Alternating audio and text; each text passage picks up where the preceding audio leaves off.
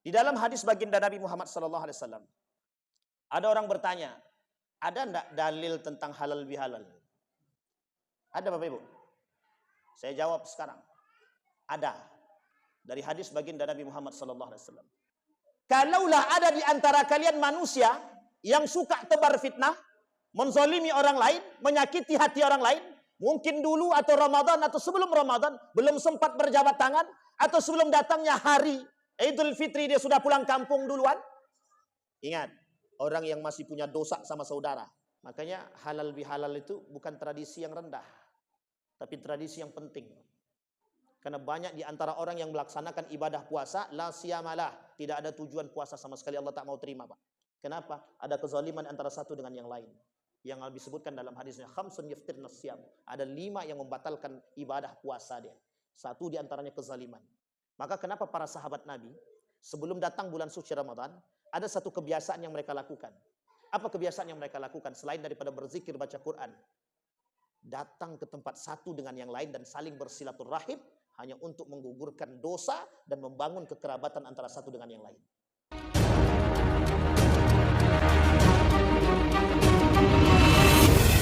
Bismillahirrahmanirrahim. Assalamualaikum warahmatullahi wabarakatuh. Terima kasih kedua. Alhamdulillahi rabbil alamin. Alhamdulillahilladzi an'ama bi ni'matil iman wal islam bihima tatimmus salihat. Asyhadu an la ilaha illallah wahdahu la syarika lah wa asyhadu anna Muhammadan abduhu wa rasuluh la nabiyya ba'd. Allahumma salli wa sallim wa barik ala hadzal nabiyil karim. Allahumma salli ala Muhammad wa ala ali Muhammad fil alamin innaka Hamidum Majid. Ya ayuhan nasu taqu rabbakum alladhi khalaqakum min nafsin wahidah wa khalaqa minha zawjaha wa batha minhuma rijalan katsiran wa nisaa wattaqullaha alladhi tasaaluna bihi wal arham innallaha kana 'alaikum raqibah. Puji syukur kehadirat Allah dengan mengucapkan alhamdulillahirabbil alamin. Bersalawat kepada Nabi dengan mengucapkan Allahumma salli ala Muhammad wa ala ali Muhammad fil alamin innaka Hamidum Majid. Bapak Ibu sekalian yang berbahagia, mudah-mudahan di malam hari ini Allah melimpahkan rahmat dan karunia-Nya kepada kita semua. Mudah-mudahan yang hadir husnul khatimah. Amin ya rabbal alamin. Baik Bapak Ibu sekalian yang berbahagia, bagaimana kabarnya Bapak Ibu? Sehat semua? Bagaimana kabar Ramadannya? Nah, kita lihat setelah Ramadan baru nampak nilainya. Jadi kalau nilainya nampak, baik orangnya istiqomah dia, tetap ke masjid dia nampak berarti itu. Kita kalau tak ya tak nampak lah, kan begitu. Baik Bapak Ibu. Tema kita apa Ketua? Halal. Halal aja atau tak halal-halal? Kalau di Arab itu, kalau di Madinah yang sering disebut itu halal. Tapi kalau di Mekah haram gitu. Jadi perbedaan Mekah dan Madinah, yang sering didengar di Madinah halal, yang sering didengar di Mekah itu haram. Kalau haram itu Masjidil Haram. Kalau halal itu makanan. Jadi kalau Bapak Ibu mau datang ke sana, masuk tokonya, silahkan cicipi halal, pulang bayar. Tapi kalau makan di tempat bebas sampai kenyang silahkan. Gitu deh. Itu pertama. Yang kedua, kenapa kok haram-haram agak keras sedikit? Karena karakter Madinah lebih lembut daripada karakter Mekah. Orang Mekah itu keras, orang Madinah lembut-lembut. Nah, sehingga karakter Nabi ketika Nabi pindah dari Mekah ke Madinah itu perubahan karakternya drastis. Kok bisa begitu? Kalau Nabi di Mekah, Nabi berperang dengan kafir Quraisy, Yahudi, Nasrani. Tapi di Madinah, Nabi sudah dapat Islam. Orang Islam itu sudah ada, Muslim dah banyak. Ditunggu di perbatasan. Jadi ketika Nabi berhijrah dari Mekah ke Madinah ditunggu di perbatasan. Yuk kata dia. Ditengok dari atas bukit, Nabi sedang berjalan, ditunggu Nabi di sana. Sampai di Madinah, Ada masjid yang pertama terbangun. Nama masjidnya apa? Bapak Ibu yang sudah pernah berangkat, masjid pertama kali dibangun oleh Nabi apa? Masjid Kuba. Sekarang saya tanya Bapak Ibu. Ini bukan uji coba tapi pertanyaan. Masjid yang pertama kali dibangun, masjid apa?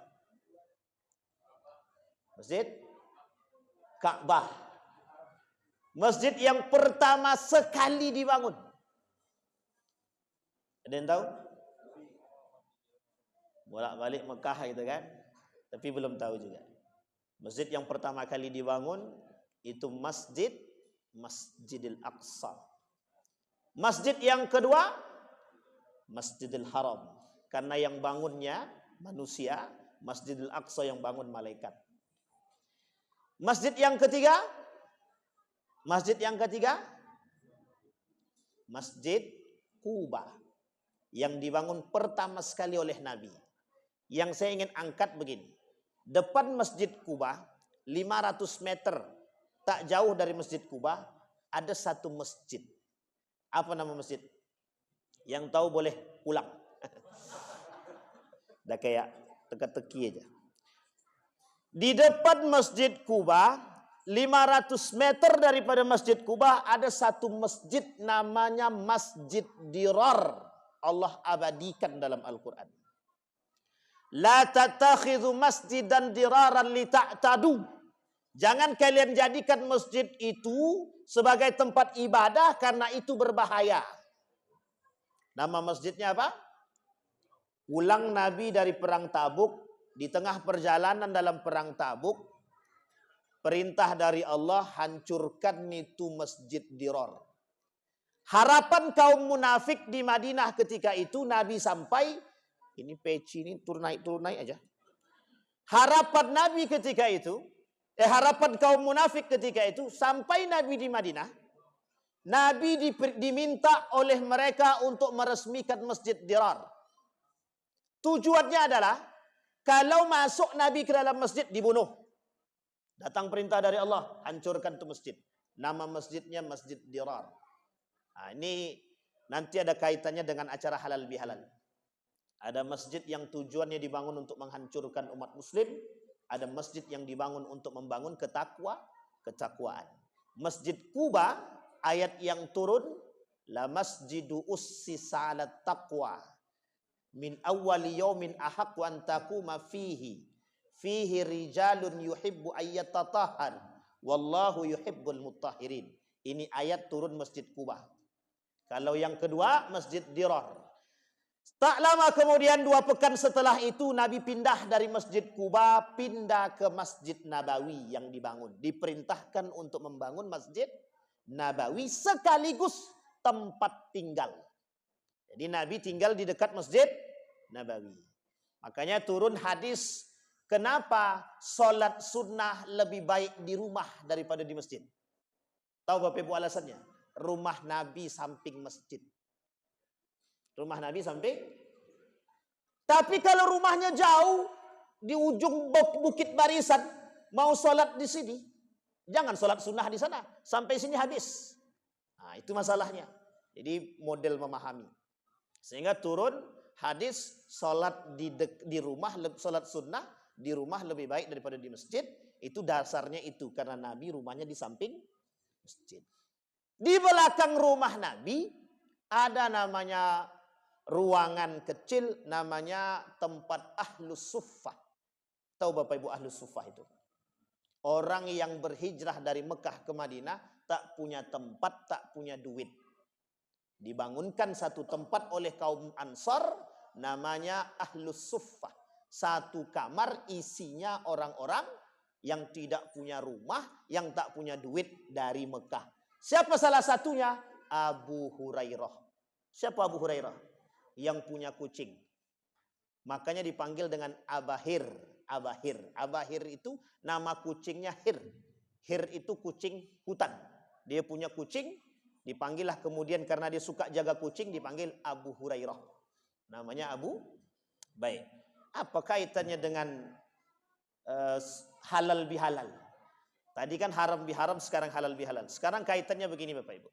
Masjid itu dibangun untuk membangun ketakwaan. Satu. Yang kedua, masjid dibangun itu tujuannya membangun peradaban. Yang ketiga, masjid itu dibangun untuk tujuan akhir umat muslim. Karena tempat kembali terbaik umat muslim di akhir zaman cuma satu, masjid. Sampai di sini bisa dipahami. Sekarang kita lihat apa aktivitas umat muslim dalam masjid. Salat, baca Quran, apa lagi? Bermuzakarah, majlis, dan lain sebagainya. Sekarang kita lihat, ada enggak simbol keakraban persatuan di dalam masjid? Ada enggak? Sawwatarasu wasuddul khalal. Sawustaqimu wa'tadilu. Sawu sufufakum. Fa inna taswiyatas sufufi min iqamatis salah. Hadis pertama. Sawu sufufakum. Fa inna taswiyatas sufufi min tamamis salah. Dua. Bapak Ibu, dalam soft ini, kalau masih lihat soft umat muslim renggang, itu bisa dipastikan umat muslimnya sedang tidak baik-baik saja. Sekarang saya tanya, soft kita renggang apa tidak? Renggang, berarti sedang tak baik-baik saja. Bukan hanya di sini. Rapat kata beliau, tak mau disebut. Iyalah, kita buat akad rapat lah gitu. Kalau rapat soft masjid di sini, itu baru jempol. Kenapa demikian? Ada hadis yang lain? Ada. Setiap soft yang renggang di tengah-tengah soft yang renggang itu siapa? Setan. Beda tipis lah Pak. Beda-beda tipis kan. Baina khilasis sufufis syayatin. Di antara soft yang renggang ada setan. Makanya disebutlah dengan sawu sufufakum. Rapatkan soft. Tapi bukan mencari kaki orang. Mana kaki? Mana kaki? Nah, itu bercanda aja tuh. Rapat, lurus bahu dengan bahu, kaki dengan kaki, mata kaki dengan mata kaki. Tapi kalau dia tak mau, jangan paksakan. Jangan dicari kakinya, diinjak kakinya, itu tak masalah. Itu masalah itu. Nah Bapak Ibu, poinnya adalah, kenapa saya mulai dari masjid? Karena hari ini Bapak Ibu sekalian yang berbahagia, saya sampaikan satu hadis dari baginda Nabi Muhammad SAW. Kata Nabi, la ya'tiyanna lan-nasi zamanun yadkhulu unasun yadkhuluna al-masajid wa la yusalli fihi bal yatabaha fihi. Kelak akan datang satu masa, kata Nabi, di tengah umatku, masuknya mereka ke dalam masjid tidak sholat, megah-megahan saja, gaya-gayaan, songong-songongan. Nah, ini poin penting ini, Pak. Kenapa begitu? Tujuan mereka memecah belah umat. Bukan untuk mempersatukan umat, tapi memecah belah umat. Oh, ada yang begitu. Nabi yang bilang, bukan saya. Nabi yang bilang. Di dalam riwayat yang lain kata Nabi, yadkhulunal masajid wa la yusalli fi. Mereka masuk ke dalam masjid tapi tidak sholat. Kalimat tidak sholat ini diterjemahkan oleh para ulama hadis. Apa maksudnya?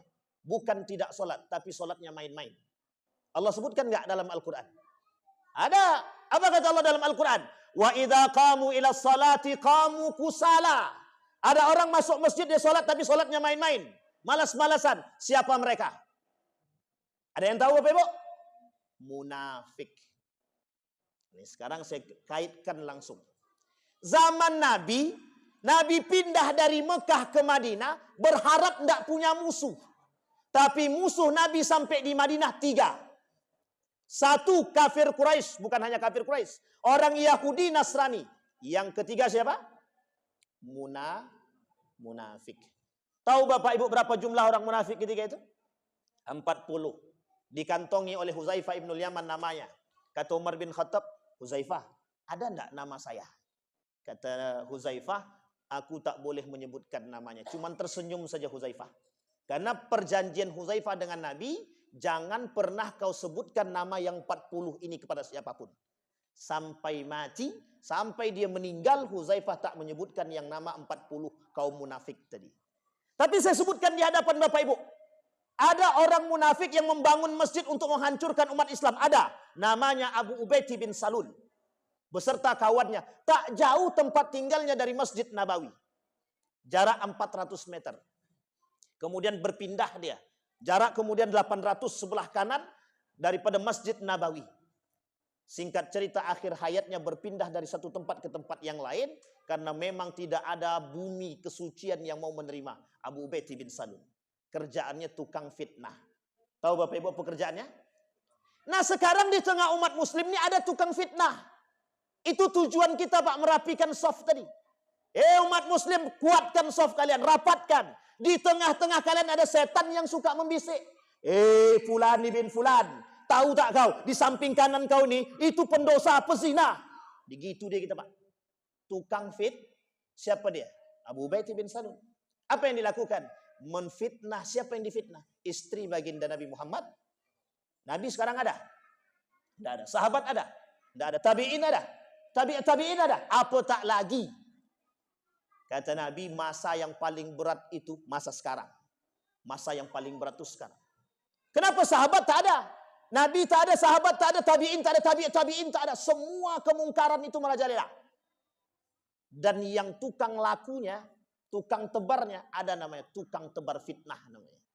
Nah orang-orang seperti ini nih, bagian daripada manusia kemunafikan yang sekarang sedang berada di tengah umat muslim. Na'udzubillah kalau dia ada di masjid ini. Bagus kalau dia ada, biar dia dengar sekalian. Ya, kalau dia dengar sekalian panas telinganya, baik. Itu lebih baik. Kita doakan semoga tobat. Sampai di sini bisa dipahami. Kenapa Allah perintahkan? Kenapa Nabi kata, umat muslim, kuatkan soft kalian. Karena biar tidak ada celah di antara kalian ketika ada orang yang memfitnah saudara kalian, kalian bisa berdiri paling depan untuk mengatakan tidak kepada fitnah tersebut. Sekarang saya tanya, begitu nggak umat muslim? Begitu nggak umat muslim? Ada kawan difitnah, muslim yang lain bagaimana? Ikut menfitnah. Itu tanda akhir. Kalau Bapak Ibu temukan kondisi itu, berarti kita sedang berada di akhir. Yang belum nikah silahkan cepat. Yang sudah nikah jangan tambah kalau tak sanggup. Tapi kalau sanggup, ya silahkan komunikasi dengan baik. Nah, yang senyum-senyum mesti ada tanda-tanda. Yang tak senyum-senyum suami takut istri. Yang diam, pandai-pandai menerjemahkan sendiri. Kan begitu. Orang-orang diam nih biasanya 2 kali itu Pak. Bisa jadi 4, 5 kan. 5 enggak boleh, kalau meninggal 1 baru boleh kan. Singkat cerita. Nah, sampai di sini bisa dipahami Bapak Ibu. Maka Bapak Ibu sekalian yang berbahagia, di dalam hadis baginda Nabi Muhammad SAW, ada orang bertanya, ada enggak dalil tentang halal bihalal? Ada Bapak Ibu? Saya jawab sekarang. Ada. Dari hadis baginda Nabi Muhammad SAW. Apa kata Nabi? Man kanas indahu mazlamatun li akhihi falyatahallalhu minhu hatta yakuna dinaran qabla an yakuna dinaran wala dirham. Kata Nabi begini. Kalaulah ada di antara kalian manusia yang suka tebar fitnah, menzalimi orang lain, menyakiti hati orang lain, mungkin dulu atau Ramadan atau sebelum Ramadan belum sempat berjabat tangan, atau sebelum datangnya hari Idul Fitri dia sudah pulang kampung duluan. Ingat, orang yang masih punya dosa sama saudara. Kata Nabi dalam riwayat yang lain. Nanti saya teruskan hadisnya. Tapi dalam hadis yang lain saya sebutkan dulu. La salata wala siyama wala zakata. Tidak ada gunanya puasa, tidak ada gunanya zakat, tidak ada gunanya salatnya. Disampaikan oleh Nabi dalam hadis yang lain. Kata Nabi, khamsun yuftirna siyam. 5 yang membatalkan ibadah puasa seseorang. 1 diantaranya kezaliman. Yang tadi dibacakan oleh ibu kita. Qori kita tadi. Qori'ah kita tadi. Suaranya melengking. Itu kalau mau tidur-tidur kita tadi. Saking nikmatnya Pak. Apa kata Nabi? Kalau ada orang yang punya dosa sama tetangga, sama sesama muslim, jangan pernah mimpi masuk surga. Jangan pernah mimpi. Sampai dia dapat maaf dari orang tersebut. Kalau orang dah meninggal, gali kuburnya. Nggak. Terakhir itu nggak tuh. Nggak, itu bercanda aja Pak. Bapak Ibu bayangkan. Kalau engkau punya dosa sama tetangga, sama siapapun, sesama muslim ataupun non muslim, datang minta maaf. Itu baru 1 Pak. Kalau 10 gimana cara minta maafnya itu? Sekarang kita lanjutkan hadisnya Pak. Kalau tidak minta maaf, pertanggungjawabannya di dunia dan di akhirat. Di dunia Allah segerakan dosanya, azabnya. Di akhirat Allah tambah. Apa dosanya di akhirat? Orang bangkrut. Pahalanya diberikan kepada orang yang dizolimi. Kalau habis pahala orang yang dizolimi tadi, maka keburukan orang yang dizolimi tadi diambil diberikan kepada orang yang menzolimi. Itu satu orang. Sekarang Bapak Ibu bayangkan. Ada orang yang koruptornya 968 triliun. Kira-kira itu bisa untuk berapa manusia? Berapa manusia? Kita anggaplah paling sederhana 1000 orang. Sekarang pertanyaannya, orang yang korupsi sekian banyak tadi, itu sudah menzolimi 1000 orang. Kira-kira pertanggungjawabannya adalah 1000 orang, Pak. Apa kata 1000 orang tadi? Ya Allah, itu hakku sampai 1000. Kira-kira ada enggak pahalanya sampai segitu? Salat aja belum tentu diterima. Masih bisa menyakiti hati manusia. Ini tidak ada guna.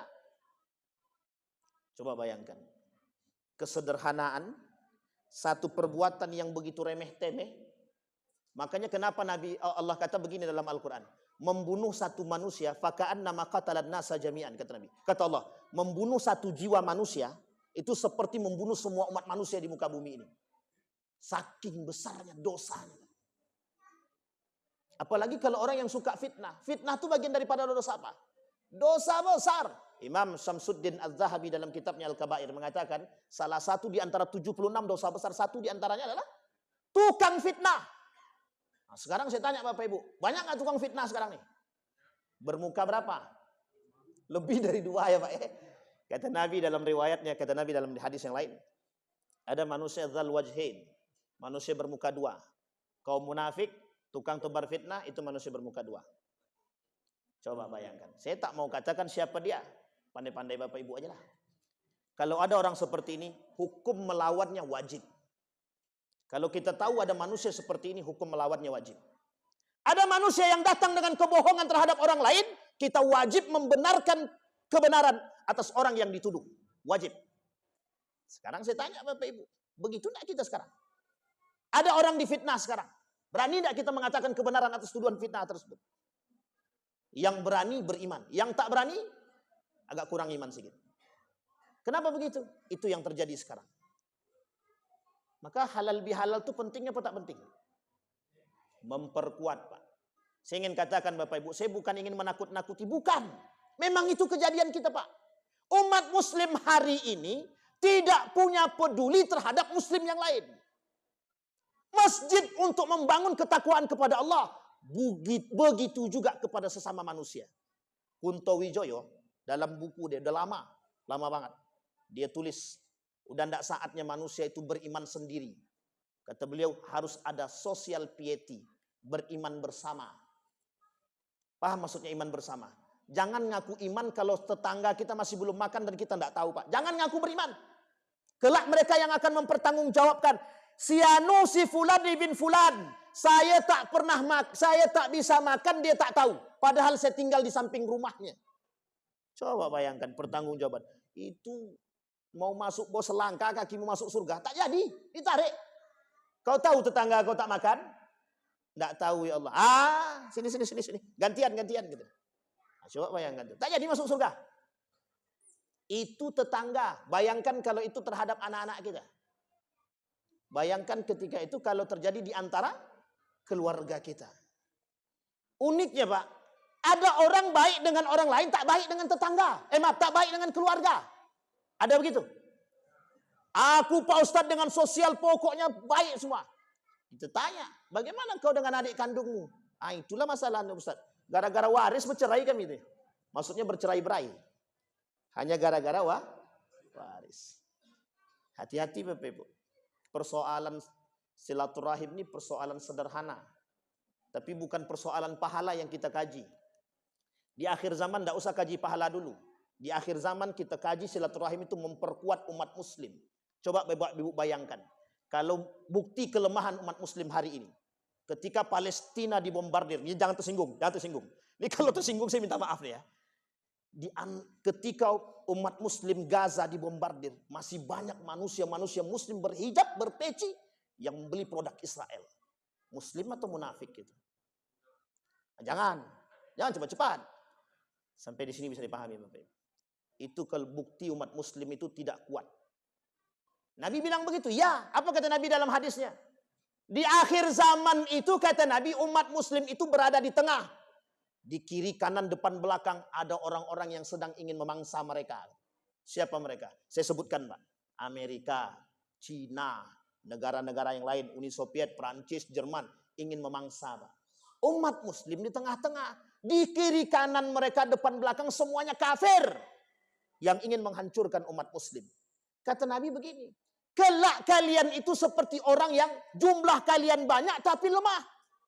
Kata sahabat Nabi, ketika itu kami sedikit atau banyak? Kata Nabi, kalian banyak. Seperti rusa, seperti buih di lautan. Tapi kata Nabi, walakinnakum dha'if, tapi kalian lemah. Kenapa kok lemah?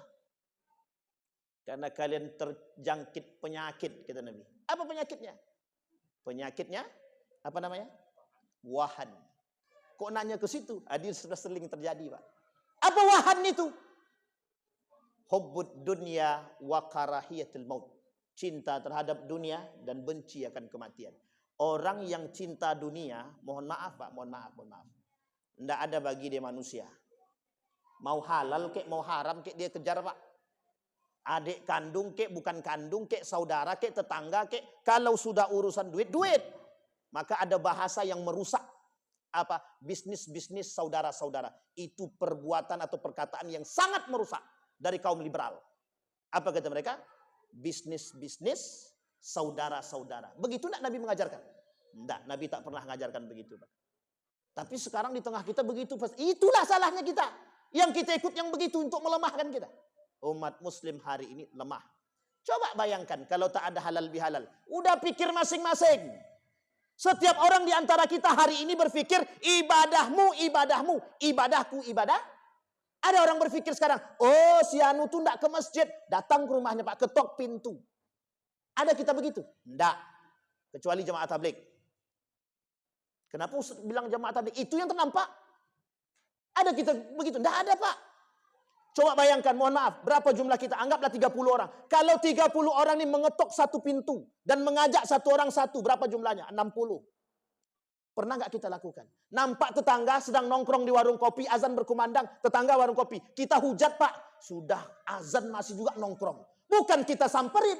Coba kalau kita samperin, bujang, mau kita ke masjid, besok engkau mati.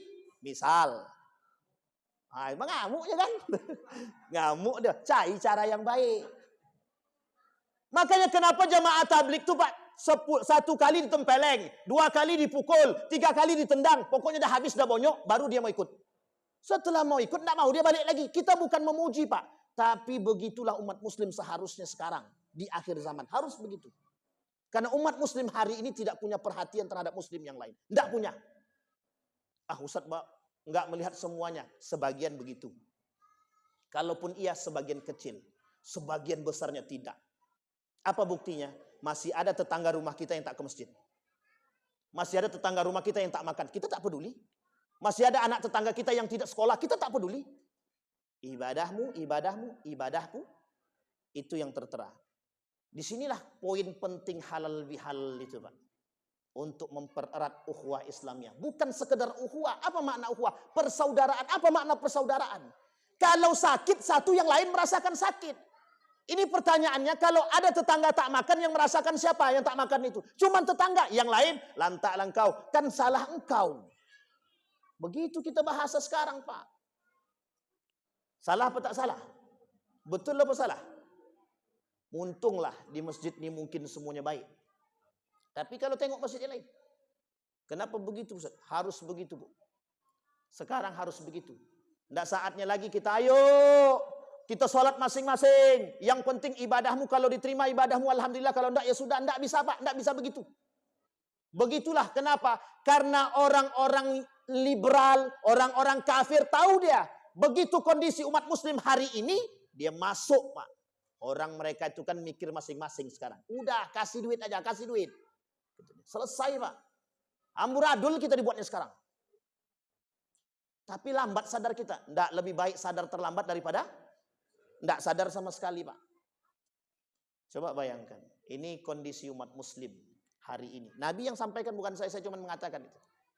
Maka kata Nabi, jika ada satu muslim yang tersakiti di antara sesama muslim, jangan menggampangkan permintaan maaf. Jangan menggampangkan.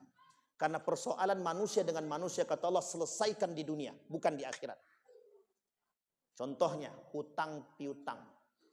Apa yang paling banyak membuat kita bercerai-berai hari ini? Duit. Duit. Kalau persoalan duit, semua mata hijau. Kau kan adik kandung, minjam duit, bisa ditagih sampai kiamat. Aku tagih sampai kiamat. Tidak mau dia tegur sampai dia bayar. Kira-kira salah apa tidak? Yang unik lagi, orang tua pinjam uang ke anak, dibuatnya begitu. Kira-kira baik apa tidak itu? Durhaka. Anak durhaka. Kalau ada orang tua minjam duit ke anaknya, dibuatnya seperti itu betul-betul anak durhaka itu. Tapi pusat kerjanya minjam duit terus selagi mampu. Selagi mampu. Kalau dah tiada, dia tak akan pinjam lagi. Percaya kata-kata saya. Ya kalau sempat minjam, kabur orang. Kan begitu. Sampai di sini bisa dipahami Bapak Ibu. Posisi. Maka kata Nabi, memperbaiki persaudaraan antara satu muslim dengan muslim yang lain, itu bukan sunnah. Bukan sunnah. Tapi kewajiban. Menasehati, mengajak kepada kebaikan, itu bukan sunnah dan pilihan, tapi kewajiban. Sampai di sini bisa dipahami Bapak Ibu. Ad-din an-nasihah liman lillahi wali rasulihi wali kutubihi wali a'immatil mursalin wa ammatihim. Kata Nabi, agama itu nasihat untuk siapa? Untuk Allah, untuk Rasulnya, untuk kitabnya, untuk semua umat muslim. Jadi jangan Bapak kira mengajak orang ke masjid itu urusan ustadz. Salah itu Pak. Urusan kita bersama. Jangan Bapak kira memberikan nasihat kepada yang salah itu urusan ustadz. Salah. Urusan kita semua yang mengerti akan kebenaran. Yang sekarang terjadi, kemungkaran merajalela, kesalahan bertebar di mana-mana, perzinahan bebas. Kenapa? Karena diamnya orang-orang yang mengerti dan ketakutan orang-orang yang benar. Kami tak berani Ustaz menyalahkan dia. Bisa jadi kami salah. Itu dia Pak. Itu yang terjadi sekarang. Padahal kita tahu kebenaran. Kenapa lisan kita tak sanggup? Takut dia marah. Nanti kalau dia marah, terputus silaturahim kami. Lebih baik mana? Lebih baik terputus silaturahim atau lebih baik kebenaran kita sampaikan? Dampaknya daripada kebenaran yang tidak kita sampaikan, kemungkaran merajalela, kesalahan begitu terus menerus. Akhirnya apa? Karena kita mempertimbangkan silaturahim, yang baik yang mana? Berbicara dengan cara yang baik sehingga dia tidak sakit hati, kita bisa meluruskan yang salah. Itu yang paling baik Pak. Jangan seperti perbuatan yang telah terjadi. Apa yang diinginkan oleh kaum Yahudi atas umat muslim? Satu Pak yang diinginkan oleh kaum Yahudi terhadap umat muslim. Satu saja. Hancurnya umat muslim. Ini yang diinginkan dia hari ini begitu Pak. Makanya kenapa Yahudi hari ini tertawa. Bangga dia, senang dia Pak. Umat muslim dah hancur. Satu, fatwa internasional keluar. Ada negara yang lain tak setuju dengan fatwa jihad. Oke, itu perdebatan setiap negara boleh, tak ada masalah. Bukan melemahkan semangat jihad. Yang terjadi melemahkan semangat jihad. Nah, ini karena umat muslim. Maka Bapak Ibu sekalian yang berbahagia, masjid itu simbol kekuatan umat muslim. Kenapa Nabi diperjalankan dari Masjidil Aqsa ke sekarang kita lihat. Simbol Masjidil Haram itu simbol kesucian. Simbol Masjidil Aqsa itu simbol kekuatan umat muslim. Saya katakan hari ini Bapak Ibu, kalau Masjidil Aqsa dipegang sama Yahudi, maka bisa dipastikan umat muslim tidak akan memiliki kekuatan. Tidak akan. Bisa dipahami sampai di sini Bapak Ibu? Ustaz, kok serius betul lah ceramahnya. Tapi kan halal bihalal. Ya kita anggap momen halal bihalal ini dengan serius dan begitulah pokoknya. Kalau Masjidil Aqsa ini berhasil mereka taklukkan Pak, jangankan Madinah, Mekah pun bisa ditaklukkan. Makanya kenapa di Palestina hari ini mereka kokoh mempertahankan itu. Bukan persoalan kewarganegaraan, Mbak. Bukan. Tapi itu perang agama. Perang agama. Salah satu cara mereka untuk melemahkan umat muslim dengan ekonomi, cara mereka untuk mengambil Masjidil Aqsa. Sekarang terbukti perkataan mereka. Ketika Masjidil Aqsa diambil, umat muslim kalang kabut membuat fatwa sana sini, tidak berani melakukan pertempuran apapun dengan pertimbangan A, B, C, D dan lain sebagainya. Itu yang terjadi. Uniknya, di tengah umat muslim yang mengakui saling mencintai antara satu dengan yang lain. Apa Allah? Nabi kata dalam hadisnya, la yu'minu ahadukum hatta yuhibba li akhihi ma yuhibbu li nafsihi. Tidak beriman seseorang, kata Nabi, jangan katakan engkau beriman ketika engkau tidak mencintai saudaramu sendiri. Bukan saudara kandung, saudara seiman. Apa kata Nabi dalam hadis yang lain? Al mar'u ala dini khalilihi falyanzur ala man yukhallil. Kata Nabi, seseorang itu bersahabat, seorang itu tergantung pada agama kawannya, Pak. Kalau kuat agama kawannya, maka kuat orang yang tadi ikut, Pak. Kalau tak kuat agamanya, dia yang terjerumus, Pak. Sekarang saya sampaikan satu fakta. Seorang pemuda sekolah di salah satu sekolah yang mohon maaf, notabene bukan sekolah Islam. Dan kawan-kawannya di situ semua. 3 bulan kemudian dia bilang sama orang tuanya, pamit. Dikira orang tuanya pamit keluar rumah untuk ngekos, pamit keluar agama, pamit pindah agama. Apapun akan dilakukan oleh mereka untuk merubah agama kita. Sampai di sini bisa dipahami Bapak Ibu.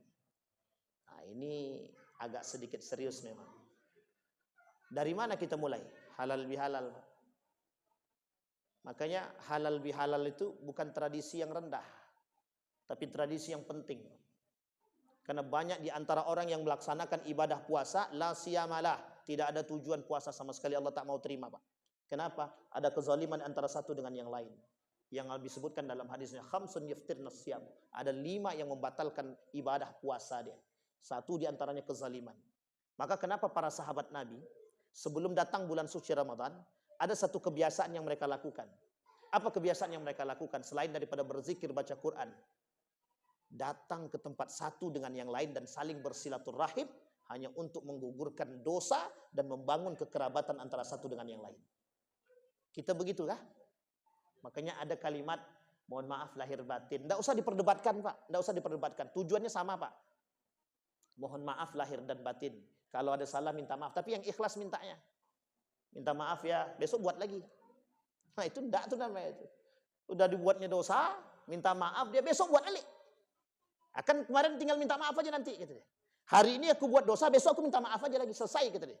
Dikiranya gampang. Dikiranya gampang.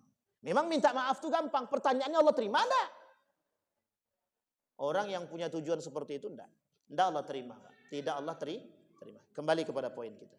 Nah, sekarang Bapak Ibu, apa dampak daripada bersilaturahim antara satu dengan yang lain? Dampak. Dari segi hadisnya jelas. Satu, orang yang rajin bersilaturahim. Satu, apa satu Pak?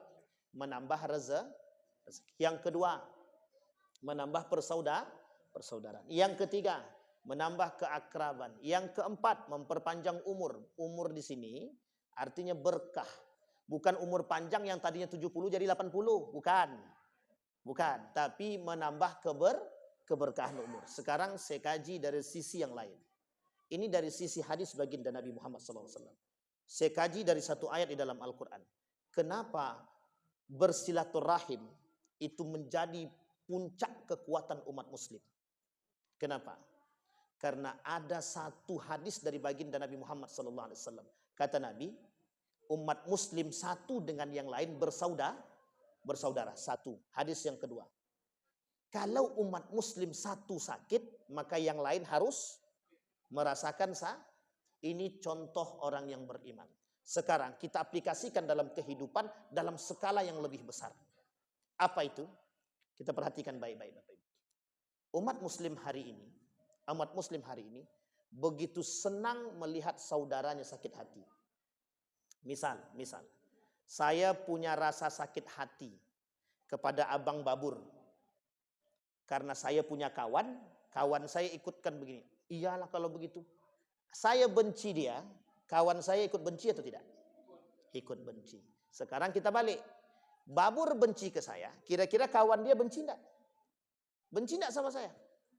Benci. Sekarang apa yang akan kita lakukan? Apa yang akan dilakukan oleh orang berdua ini, Pak? Saling menebar kebencian. Kapan Bapak Ibu bisa lihat ini? Ketika pilkada kemarin. Manusia saling menebar kebencian antara satu dengan yang lain. Apa tujuannya? Menjatuhkan reputasi satu dengan yang lain. Pertanyaannya adalah, di mana orang-orang beriman? Di mana? Tidak ada, Pak. Tidak ada. Orang beriman diam. Satu. Yang kedua, bagaimana posisi umat muslim dalam silaturahim dalam skala yang besar? Ini yang akan kita bangun, Pak. Yang harus kita bangun. Sekarang saya kasih tahu Bapak Ibu. Kita, Indonesia, sedang berada dalam darurat yang besar. Bukan kecil. Ini tidak ada kaitannya dengan tagline Indonesia darurat ya. Tidak ada kaitannya. Tapi itu dia ada dua. Ada Indonesia gelap, ada Indonesia darurat. Tapi saya tak kait-kaitkan dua-duanya. Tapi saya katakan, kita sekarang berada dalam darurat yang cukup besar. Satu, darurat narkoba. Dua, darurat LG. Tiga, darurat akhlak. Empat, darurat minuman keras. Yang kelima, darurat perzinahan. Yang keenam, darurat judi online. Sampai di sini bisa dipahami Bapak Ibu. Ada berapa darurat tadi kita? Sekarang saya tanya, bisa enggak kita melawan sekian banyak persoalan ini sendiri-sendiri? Bisa enggak? Harus bagaimana kita melakukannya, Pak? Kerjasama. Bagaimana kita harus kerjasama kalau kita tak saling kenal? Disinilah tujuan kita saling membangun silaturahim. Sekarang Bapak Ibu, poin penting daripada pengurus masjid menyatukan semua jamaah ini dan memberikan pengajaran terpenting kepada mereka terhadap kemungkaran. Yang banyak dilakukan orang sekarang apa? Al-amru bil ma'ruf atau an-nahyu 'anil munkar. Al-amru bil ma'ruf atau an-nahyu 'anil munkar. Enggak ada yang mau jawab, saya jawab. Lebih banyak al-amru bil ma'ruf atau an-nahyu 'anil munkar? Lebih banyak al-amru bil ma'ruf. Kenapa? Lebih mudah. Sementara an-nahyu 'anil munkar, diam 1000 bahasa. Andai kata ada orang berzinah di tempat kita, na'udzubillahi min zalik. Ada satu orang berzinah di samping rumah kita atau di kompleks kita. Orang berpikiran sekarang, dosa-dosa dia, yang penting aku tidak punya dosa. Sekarang saya tanya, betul enggak konsep itu? Salah. Satu kampung dilaknat oleh Allah, satu kampung diazab oleh Allah. Sekalipun ada ustadz di situ. Sekalipun ada penghafal Quran di situ. Itu kurangnya silaturahim. Maka apa yang harus kita lakukan? Kerjasama. Saling bahu-membahu antara satu dengan yang lain. Gerebek dia, tapi jangan diadili secara brutal. Itu tidak baik. Kira-kira kalau satu kampung tahu akan perbuatan maksiat yang dia lakukan, besok kira-kira ada tak yang mau buat lagi? Tidak mau, Pak. Tapi sekarang kan tak begitu. Ada orang melakukan kemungkaran di depan kita, Pak. Minum khamar di depan kita, kita tak berani, Pak. Ada orang berantem di depan kita, kita foto. Kita masukkan ke Facebook. Ini lihat kondisi hari ini, sedang berantem di tengah jalan. Kita diam. Kita biarkan orang berantem kok. Orang berzinah tengah jalan. Ada anak gadis orang, dibawa dengan laki-laki yang lain, mesti kita tak berani menegur dia. Kalian dah nikah atau belum? Dengan alasan privasi. Itulah gaya kaum liberal hari ini. Padahal itu kemungkaran atau tidak? Sekarang saya tanya Bapak Ibu, kalau ada anak gadis Bapak Ibu dibawa laki-laki lain yang belum menikahi dia, halal apa haram itu? Sampai di sini paham? Itu kemungkaran yang nyata, Pak. Itu zina, Pak. Meskipun tidak berhubungan badan, tapi itu zina. Kata Nabi, kelak di akhir zaman akan kalian lihat, la taqum as-sa'ah hatta tara an-nikahu fit tariq. Tidak akan terjadi hari kiamat kata Nabi sampai kalian akan melihat perzinahan di tengah jalan. Salah satu bentuknya itu. Yang kedua, kata Nabi, kelak di akhir zaman itu kata Nabi, ishtahara riba. Tadi saya sampaikan darurat riba, darurat zina, darurat khamar. Uniknya, Pak, sekarang itu, ini saya kasih tahu Pak, mumpung nih Bapak Ibu semua ada di komplek kita satu jalan Pak. Saya juga tinggal di Bukit Barisan. ada salah satu swalayan terbesar di sini. Itu jual minuman khamar terang-terangan, Pak. Terang-terangan. Saya WA, Pak, ke Majelis Ulama Indonesia. Tidak dijawab. Tidak dijawab. Itu kalau buktinya kalau kita sendiri. Kuat enggak? Tidak kuat. Tapi coba kalau kita rame-rame. Ada swalayan yang jual minuman khamar terang-terangan. Kita datang semua, mohon maaf, kita demo di situ. Kira-kira mau enggak besok dia jual lagi? Paling tidak kalau dia mau jual pasti sembunyi-sembunyi, Pak. Itu yang terjadi. Sekarang darurat LG. Awal Ramadan atau sebelum masuk bulan suci Ramadan, banyak orang yang nelpon kami, Pak. Ustaz, gimana anak kami terjangkit penyakit LG, Ustaz. Ada yang nelpon istrinya. Ustaz, suami saya ini LG, Ustaz. Ada yang sudah punya anak dan lain sebagainya. Pertanyaannya, Pak, kalau sendiri-sendiri kuat enggak? Enggak, Pak. Butuh siapa? Maka setiap orang punya peran. Membangun setiap elemen dengan satu dengan yang lain untuk membangun, Pak, kekuatan. Umat muslim kuat kalau bersama. Kalau sendiri lemah. Sama kayak sapu lidi. Satu tidak bisa membersihkan, Pak. Tapi kalau rame-rame, banyak lidinya bersih tak? Ya tergantung, Pak. Kalau tak Didi Ayun tak juga bersih, Pak. Sampai di sini paham maksud saya, Pak? Sama, Pak. Umat muslim begitu.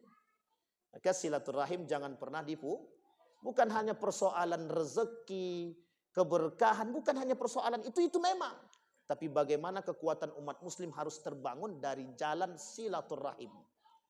Maka Allah kata, wa'tasimu bihablillah. Wa'tasimu bihablillahi jami'an wa la tafarraqu. Hei orang beriman, bersatu, jangan berpecah belah. Itu alasannya, Pak, kenapa Allah kata demikian. Kalau kalian berpecah belah, setiap musuh kalian masuk dari celah-celah perpecahan kalian. Itulah ilustrasinya kita dapatkan dalam shaf di dalam masjid. Kata imamnya, sawu wa tarasu suddul khalal. Shaf, luruskan dan dirapatkan. Kata jamaah, udahlah imam, yang penting sholat. Oh maaf, Pak, bukan begitu. Itu salah satu indikasi kalau kita tak patuh kepada imam, bisa kita pastikan kita tak patuh kepada pemimpin. Kenapa ini ibarat, Pak? Jangan dikira sholat berjamaah itu tidak ada makna yang besar. Inilah perintah. Maka kata mazhab Imam Syafi'i, salat berjamaah bagi kaum laki-laki hampir pada derajat wajib. Hampir pada derajat wajib.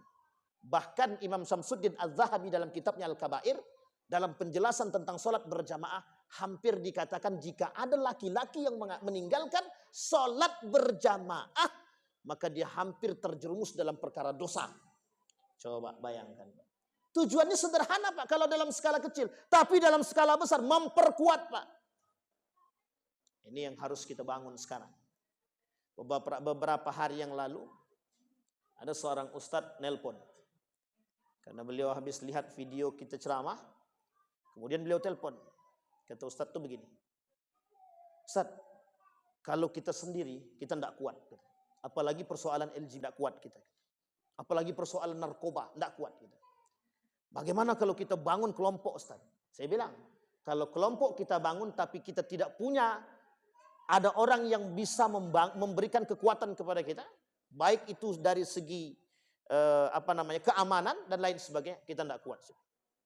Terus bagaimana, Ustaz? Harus kita gandeng semua. Bagaimana caranya? Kita silaturahim. Kemana? Kantor wali kota. Kemana? Ke polisi. Kemana? Ke dinas kesehatan. Kemana? Dinas pendidikan. Semua kita datangin.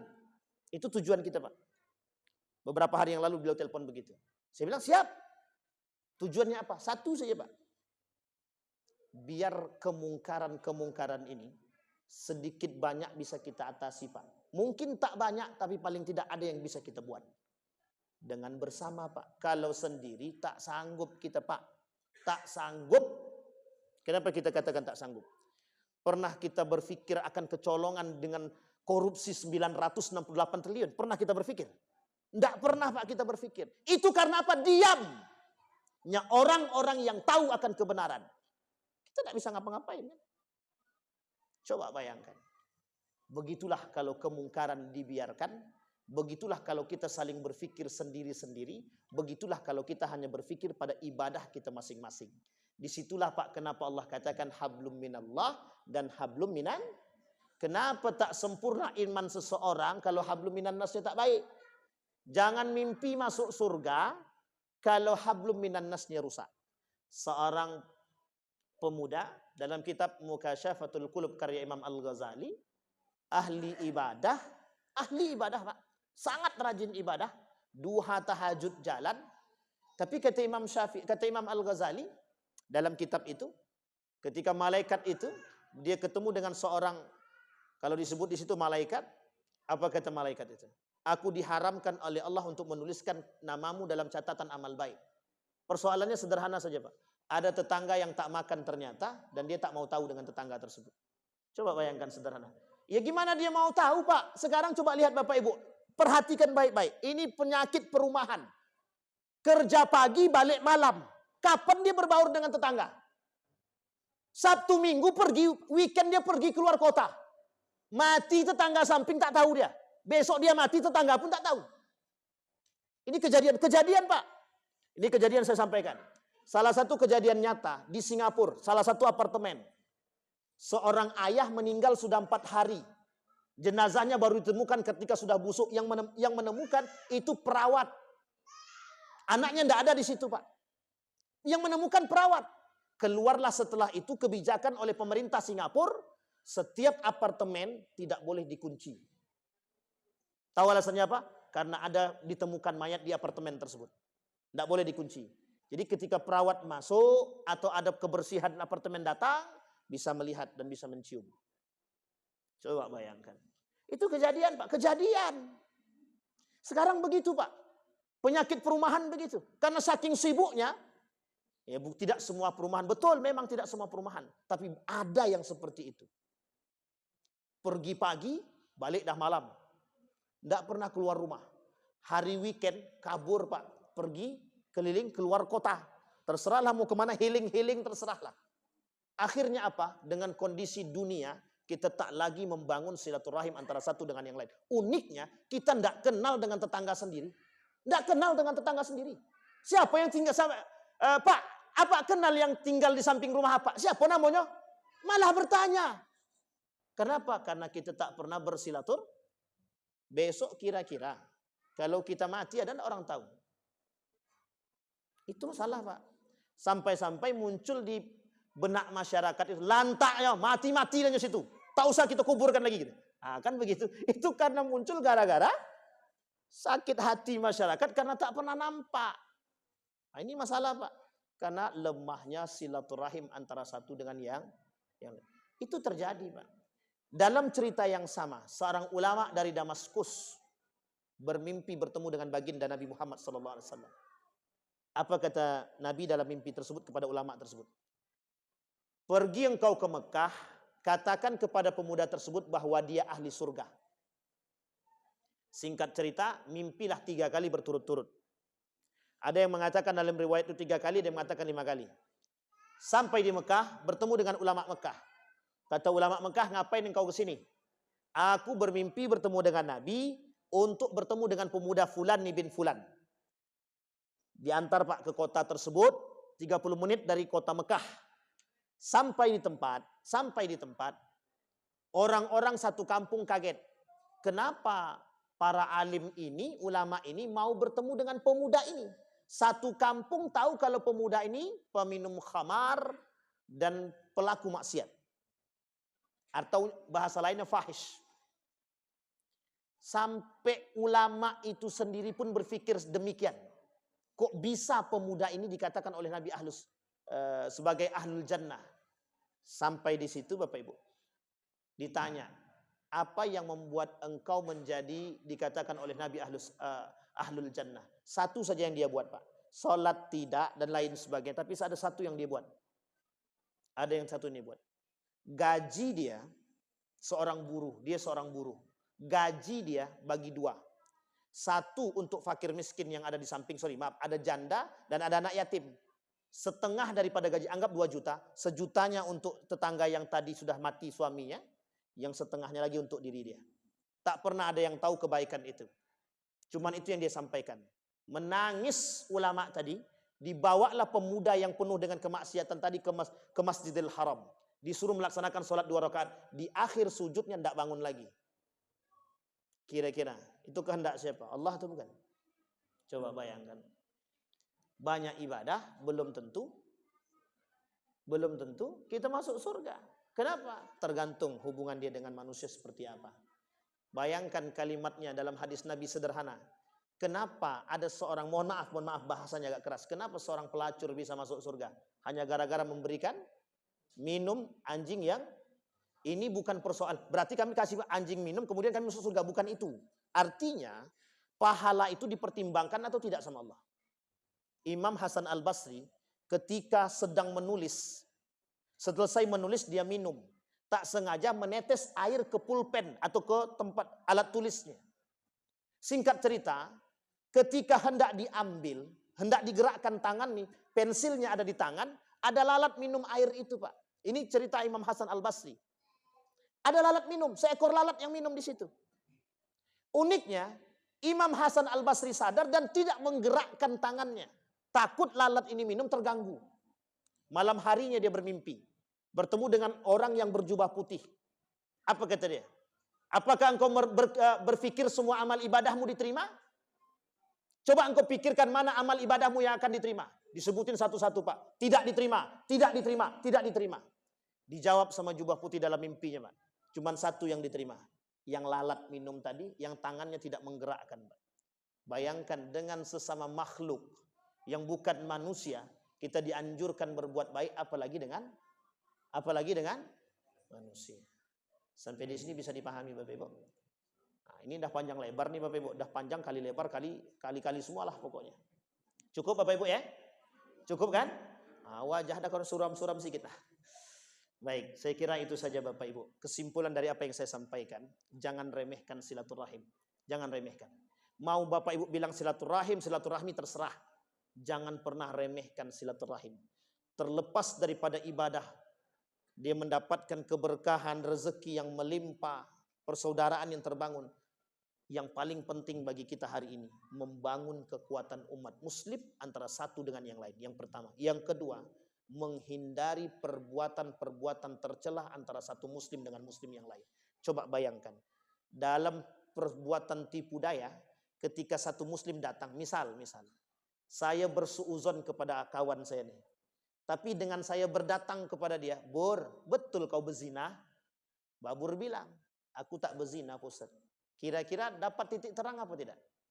Dari aspek silaturahim. Coba kalau kita tak mau silaturahim, saling suuzon antara satu dengan yang lain, yang terjadi apa? Umat muslim tidak akan pernah kuat sama sekali. Mudah-mudahan bermanfaat, mudah-mudahan bisa menambah keimanan kita, mudah-mudahan bisa semakin memperkuat persatuan kita antara satu muslim dengan muslim yang lain. Fa'tabiru ya ulil absar la'allakum tuflihun. Kita berdoa kepada Allah. A'udzu billahi minasy syaithanir rajim. Bismillahirrahmanirrahim. Alhamdulillahi rabbil alamin. Hamdasy syakirin, hamdan na'imin. Hamdan yuwafi ni'amahu wa yukafi'u mazidah. Ya Rabbana lakal hamdu kama yanbaghi li jalali wajhikal karim wa 'azimi sultanik. Allahumma salli ala Muhammad wa ala ali Muhammad fil alamin innaka Hamidum Majid. Allahumma ighfir lana dhunubana wa dhunuba walidina warhamhuma kama rabbayana shighara. Allahumma ighfir lahum warhamhum wa'afihim wa'fu anhum wa akrim nuzulahum wa wasi' madkhalahum waj'alil jannata mathwahum. Allahumma arinal haqqa haqqa warzuqna ittiba'ah wa arinal batila batila warzuqna ijtinabah. Allahumma faqihna fid din wa 'allimna at-ta'wil. Allahumma faqihna fid din wa 'allimna at-ta'wil. Allahumma ansur ikhwanana al-mujahidin fi Palestin wa fi Gaza wa fi kulli makan. Allahumma dammiril yahud. Allahumma dammiril yahud. Allahumma ahlikil kafarata wal mubtadi'ata wal musyrikin. A'da'aka a'da'ad din. Allahumma rabbana hab lana min azwajina wa dhurriyyatina qurrata a'yun waj'alna lil muttaqina imama. ربنا هب لنا من الصالحين. اللهم اجعل القرآن العظيم ربيع قلوبنا ونور صدورنا وجلاء أحزاننا وذهاب همومنا وغمومنا. اللهم اجعلنا من أهل القرآن، واجعل أهلتنا من أهل القرآن الذين نحن خاصتك وأهلك يا أرحم الراحمين. اللهم إنا نسألك خير هذا المكان وخير ما فيه وخير أهله، ونعوذ بك من شر هذا المكان وشر ما فيه وشر أهله. ربنا آتنا في الدنيا حسنة وفي الآخرة حسنة وقنا عذاب النار. سبحان ربك رب العزة عما يصفون، وسلام على المرسلين، والحمد لله رب العالمين. السلام عليكم ورحمة الله وبركاته.